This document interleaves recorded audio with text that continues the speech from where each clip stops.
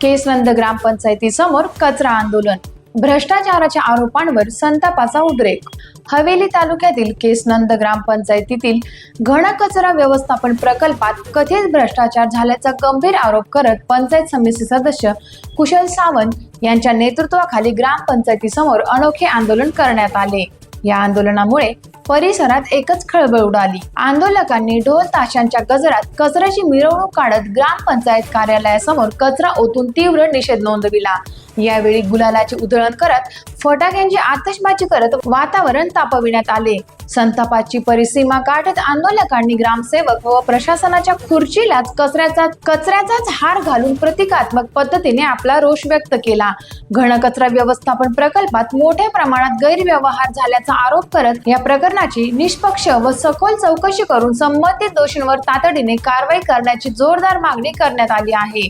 आंदोलकांनी प्रशासनाला इशारा देत सांगितले की जर योग्य कारवाई झाली नाही तर हे आंदोलन अधिक तीव्र करण्यात येईल। या आंदोलनामुळे केसचंद ग्रामपंचायतीचा कारभार आणि घनकचरा प्रकल्पाच्या अंमलबजावणीवर गंभीर प्रश्नचिन्ह उपस्थित झाले आहे।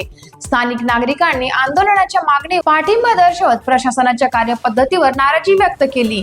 या प्रकरणाची वरिष्ठ पातळीवर दखल घेतली जाऊन योग्य ती कारवाई होईल अशी अपेक्षा नागरिकांनी व्यक्त केली आहे। टाइम्स ऑफ महाराष्ट्रसाठी पुणे ग्रामीण प्रतिनिधी बाबा इनामदार यांचा रिपोर्ट। आमच्या केसनंद गावामध्ये गेल्या ह्या एक वर्षभराच्या टाइम पिरियडमध्ये कमीत कमी 2 कोटीपेक्षा अधिक हा घनकचऱ्यावरती खर्च झालेला आहे आणि त्याचा खूप मोठा भ्रष्टाचार या ठिकाणी झालेला आहे।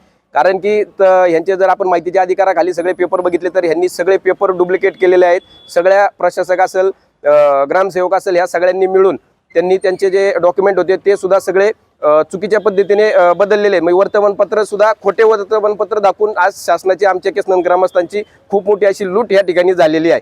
त्यांच्या विरोधामध्ये आज आम्ही आपल्या पुणे जिल्ह्याचे सीपी माननीय अमितेश कुमार साहेबांना भेटून ह्याच्याबद्दल सगळं कळवलं होतं, बीडीओला कळवलेलं होतं, कार्यकारी सीओला कळवलेलं होतं, सभापतींना कळवलेलं होतं। पण कुठंतरी आज आम्हाला असं वाटतंय की ह्या चोरांना लपवण्यासाठी सगळेजण काय मदत करतात आहेत का काय। पोलीस स्टेशनला तक्रार केलेली आहे पण त्या ठिकाणी सुद्धा आमच्याकडनं फिर्याद घ्यायला त्यांनी टाळाटाळ केलेली आहे।